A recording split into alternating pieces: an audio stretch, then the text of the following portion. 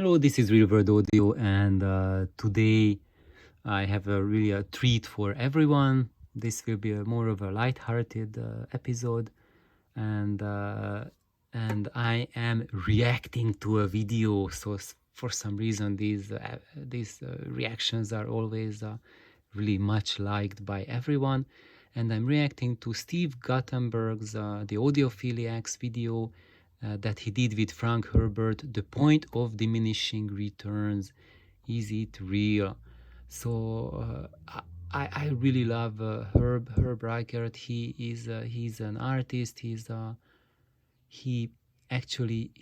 amplifier designer and builder. He built some really truly phenomenal tube amplifiers, and he has been an inspiration for the audio community, and he has been one of my big inspirations. So yep. So shout out for Herb, that you have been truly something special for the audio community and special for me. And here he gives his advice, and then he has a discussion with Steve on diminishing returns and whether it's real or not. And diminishing returns, if you don't know, is that observation or that assumption that when you have a stereo system and let's say you are upgrading a component in it, let's say you are upgrading your DAC, then if you have let's say a very basic DAC, let's say $100 DAC, and you are getting a much better DAC, a $200 DAC, then the jump will be big. Now you are getting a $500 DAC. The jump will not be as big as going from 100 to 200, but maybe half that jump. Now your next DAC will be, let's say, a $2,000 DAC. And now you expect that it will sound 5 times better, but it won't. It will be just a small little bit better. And then you go for, let's say, a $20,000 DAC, and then the improvement will be truly just marginal over the 2,000, and most people who listen to your system, they won't be able to tell the difference between the 2,000 and 20,000. But if you bring your golden ear friends, you bring me to the room, then I will be able to tell you that, oh yes, that there's like the phase response between 15 and 18 kilohertz, now it's 20% better, or something rubbish like that. Well, of course it's not rubbish, but it's something that most people are not aware of what's going on. And of course I won't tell you that it's like 20% better, 15 to 17 kilohertz range. I will tell you like 15 to 17 kilohertz range clearer, or energy is more focused or something like that, but I won't attach a percentage to it. But I know that there's loads of people who would do that, and I just have fun when I hear that. It's just, lots of different things. It's good. It fills us with joy and excitement. So anyway, that's the assumption, and eventually that is not a good assumption. And what Herbert is saying, that when he changes to gear, let's say even a DAC or speaker or whatnot, then the differences between components are not just subtle, and you don't have to be a golden ear to hear the difference. And the difference is not necessarily correlating with price. So if you just get something random that costs twice as much as the component you have in your system, there's not a guarantee that it will be any better sounding than what you have. You need to have experience about component meshing. You need to know what that component that you are swapping out for, how that behaves, what sort of philosophy it embraces, what sort of technology it uses. Will it be compatible at all with your system? And if it's compatible with your system and it has a higher build quality than what you have already, then there will be an improvement. if and that improvement will be audible for everyone, whether you are an audiophile or not. And what Herb is saying, that the diminishing returns might be something that if you have more experience listening to music, then you will be able to distinguish more of what you are hearing. And that's why if you are buying $100,000 amplifier which delivers those $100,000, and it's not just a price tag, on inflated price tag on a product where the most developed feature is its aesthetics, so it looks really good, but on the inside is something that doesn't perform as well. There are some products like that in that price category, but there are also products in that price category which do deliver the punch of the money that you spend for the product. And yes, when they deliver the punch, then you will be able to appreciate it. And the more your hearing is fine-tuned, the more you can appreciate. And if you think that this is humbug, then I would recommend to start listening to unamplified performances. Listen to symphonic concerts, or even if you have the chance, go to quartets, like listen to Schubert's quartets. If there's a quartet in your neighborhood and they're playing, even if it's like kids playing, and listen to the tone of the instruments. And you will notice that people who are like classical music addicts like myself, we listen to the tone, we listen to the instrument, and there is a major difference between someone playing on a kid's violin, which it would be your first violin that you start playing on, or a violin that a student plays on after playing for 2 years or 3, and then he or she is promising, and the parents or the person decided to buy a decent violin because now it's worth the expenditure, because you won't just put it down next day and just forget about it, and you spend tons of money on an instrument you will never use. But if you got to love it, you got to see a fantasy that in the future this might be something you want to do, and you are willing to invest in it, then you will also realize that it sounds just so much more refined, and it starts much more like a violin. And that is the thing with these amplifiers and the audio products, is that as you go for higher and higher quality, then you can start to hear that higher level violin sound. So if you are listening to a CD, or you stream, or you pay an LP, or you have reel to reel, I don't care, or if you even hear it real live, if you yourself are not used to hearing violin, you have no idea how to place violin sound in your universe. It doesn't matter whether you hear it live or whether you hear it streamed or on your iPod. You won't be able to tell the difference between or maybe you will be able to tell the difference, but you don't appreciate the difference, and you don't care between a junk violin and the Stradivarius, let's say.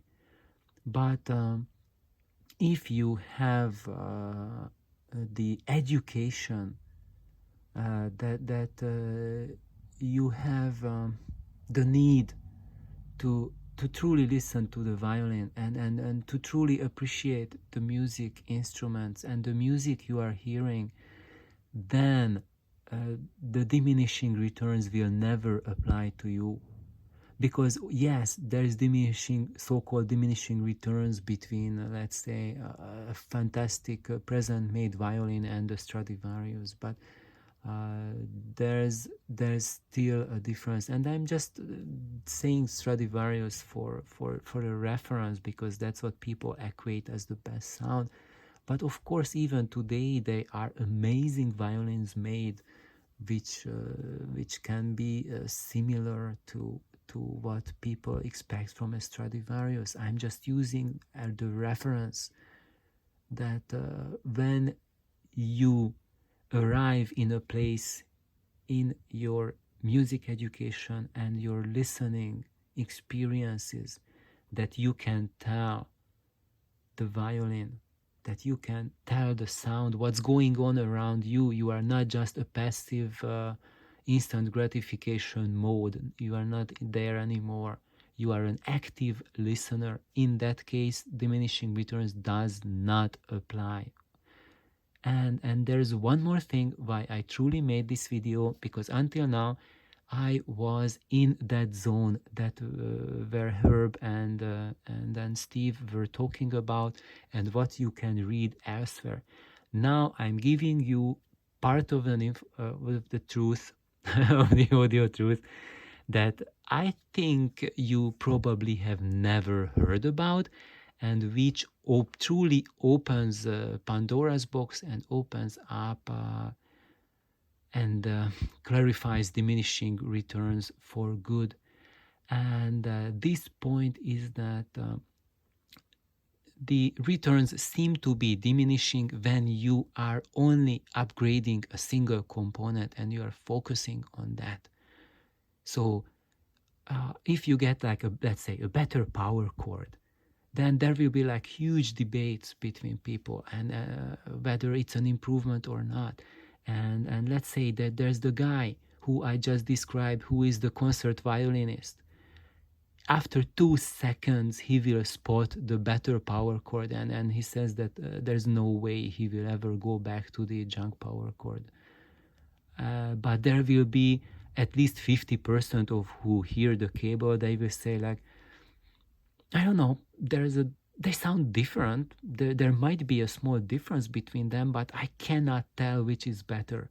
If the system is good, then they will say, I can hear they sound different. This was my experience when we did this power chord shuffling in my mentor's fully optimized audio system, that every single person heard difference between power chords, but most people were totally undecided about which is the better sound. Yeah, it sounds different, but I cannot tell what's the difference, and I can't tell which one I like better. I like both. It doesn't matter.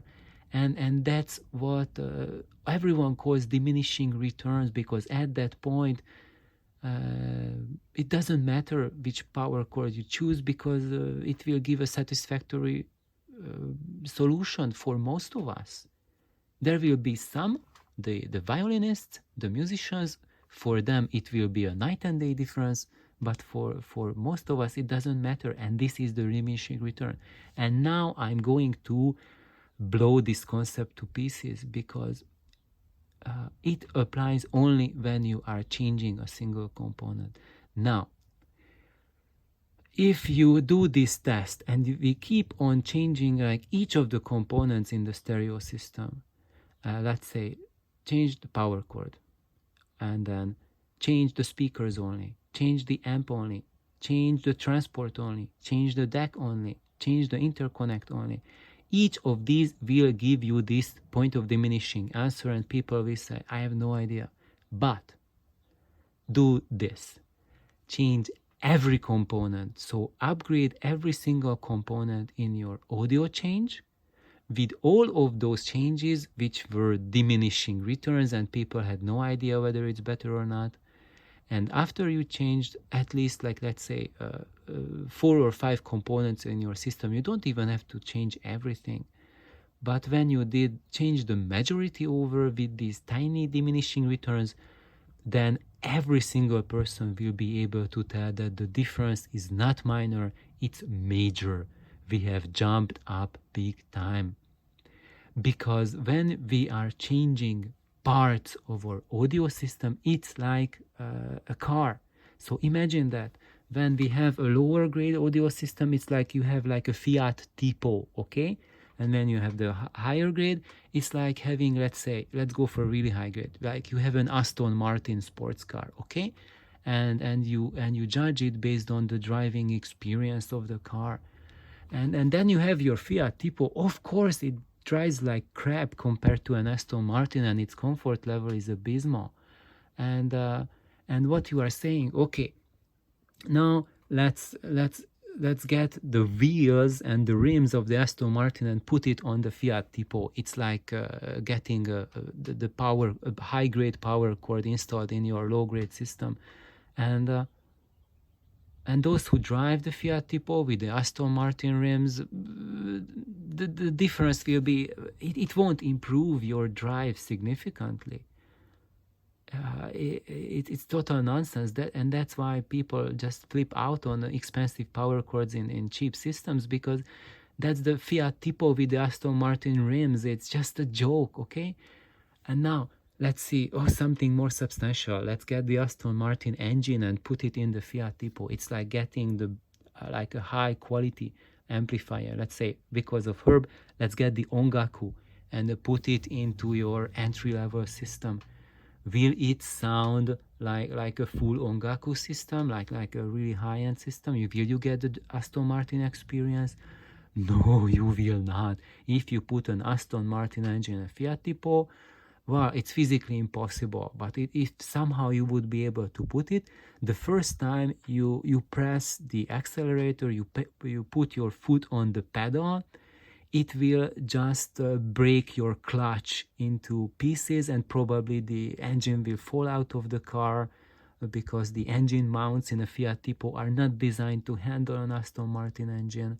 And if for some reason the car doesn't fall apart when you are accelerating, the first red light you hit and you hit the Fiat Tipo brakes, it's not going to be able to stop the car in time for you to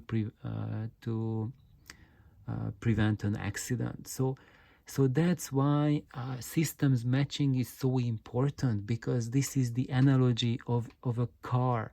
So you cannot just plop in a high-end, I'm not saying high-end, but a well-designed, a refined component into an unrefined system, because what it will do, it will give an edge, but it will also highlight the weaknesses. So at a low price range, systems are designed so that each component hides the flaws of the other component. And if you put in something that's not hiding flaws anymore, then you open up a can of worms, right? And that can might be more than what is palatable for you. And I'm just telling you an experience of this point of diminishing returns, because I recently had an experience like that in my system. And what that experience was, maybe I just take the camera off and just show you. Here are my speakers, and you remember that I have my smaller speakers, which I call the AOs, which are like baby speakers, which are like this tiny, and they are literally 10 times smaller than these magnificent beasts, okay? So these have about 240 liters free air volume on the inside, plus the ports. So the outer dimensions is like over 300 liters, maybe 350 liters volume each of those cabinets. And those tiny ones, it's less than a cubic feet, about 27 liters free air volume on the inside. And so I did a comparison, so between those speakers and these speakers. If I go from those, like I plug it into the same system, just change the speakers, there's a huge jump, and it's not diminishing at all. And that's something that you would get if you want to have that experience. It's like having a $200,000 stereo system, and you change a $5,000 speakers to a $50,000 speaker. That would be a comparison, provided they are properly done and it's not just the price tag. and then you will hear a huge step up. But if my system would be something like truly basic, and then you would swap these two speakers, then the difference will not be as big. And what my experience was and what inspired this video, and I wanted to do this video before Steve posted this one. Just Steve gave me a nudge to that it's really time to make this video. Was my experience. When you remember, I had the Quicksilver amps, the Quicksilver triodes that I was recapping, and then after I recapped them, I put them here, so they were sitting there on the floor between my Ampexes, and I brought down the AOs, and I hooked the AOs up to them. I hooked them up to the system, and I was playing them to make sure that they break in and they behave properly. So after, this is a good advice for all of you who are repairing and working on audio gear. If you do it for a friend of yours as a favor, then make sure after you are done, keep it at your home for a week and listen to it for a week, because that will weed out intermittent problems. So that's what I was doing to make sure that the amps are stable, they are okay to return home. If you just put things together, turn it on, do voltage measurements, listen to one song, that's not enough to ascertain it's good. You need more time. And that was what I was doing. So I plugged them in and I was watching movies on it, and I had an absolute wonderful experience. And there I was plugging in those Quicksilvers with just junk power cords, with those black Cobras, you know, those black plastic nonsense power cords that you get with your computers and every appliance.